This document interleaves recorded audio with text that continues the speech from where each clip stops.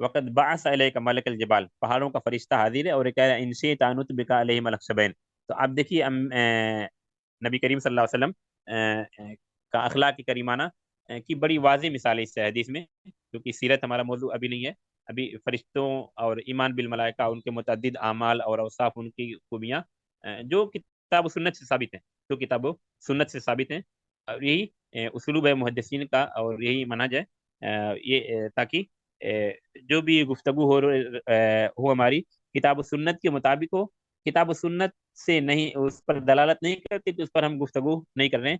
یہی اسلوب ہے محدثین کا، اہل الحدیث کا، گفتگو کرنے کا، کہ قرآن و سنت کی شرح کی جائے، اس سے جو فوائد مستنبط ہو رہے ہیں وہ فوائد سمجھ لیا جائے اور سمجھا دیا جائے اور طلبا کو بتا دیا جائے، اور یہی کافی ہے۔ ترکت فیکم امرین لن تضلوا ما تمسکتم بہما کتاب اللہ و سنتی واعتصموا بحبل اللہ جميعا ولا تفرقوا، اس میں کتاب و سنت دونوں داخل ہیں۔ ابھی اہم چیز ہوگی ایمان بالملائکہ کے تعلق سے، ابھی آپ دیکھو ملائکہ اور انسانوں کا اگر آپ تعلق دیکھیں تو ایک شروع سے اور آخر تک چلا جا رہا ہے۔ شروع سے انسان کی پیدائش کے وقت سے لے کر 4 مہینے کا جب ماں کے پیٹ میں ہوا، تو وہاں انسان کی تقدیر لکھنے کے لیے اللہ نے فرشتوں کو متعین کر رکھا ہے۔ فیکتب عملہ و اجلہ و رزقہ شقی و سعید، 4 چیزیں اسی وقت لکھ دی جاتی ہیں جب انسان ماں کے پیٹ میں ہوتا ہے۔ پیدائش کے بعد سے مختلف اوقات، مختلف مراحل میں فرشتے اس کے ساتھ لگے رہتے ہیں حفاظت کے لیے۔ جو رات کے وقت سونے کی جو معصور دعائیں ہیں وہ پڑھ کر سوتا ہے، فرشتے اس کی حفاظت پر معمور رہتے ہیں۔ آیت الکرسی پڑھ لیا تو دیگر شیطان اور وساوس سے محفوظ ہے۔ سورہ بقرہ کے اخیر کے 2 آیتیں شاید بتائی گئی تھی کل یا پرسوں کے درس میں، آمن الرسول بما انزل الیہ من ربہ والمؤمنون، حدیث میں اس کی فضیلت بیان کی کہ من قرأ بہما فی لیلۃ کفتہ ہو، رات میں سوتے وقت پڑھا تو یہ اس کے لیے کافی ہوگا۔ تو یہ بھی فرشتوں کا ایک تعلق ہے، فرشتی انسانوں کی حفاظت پر مامور ہیں۔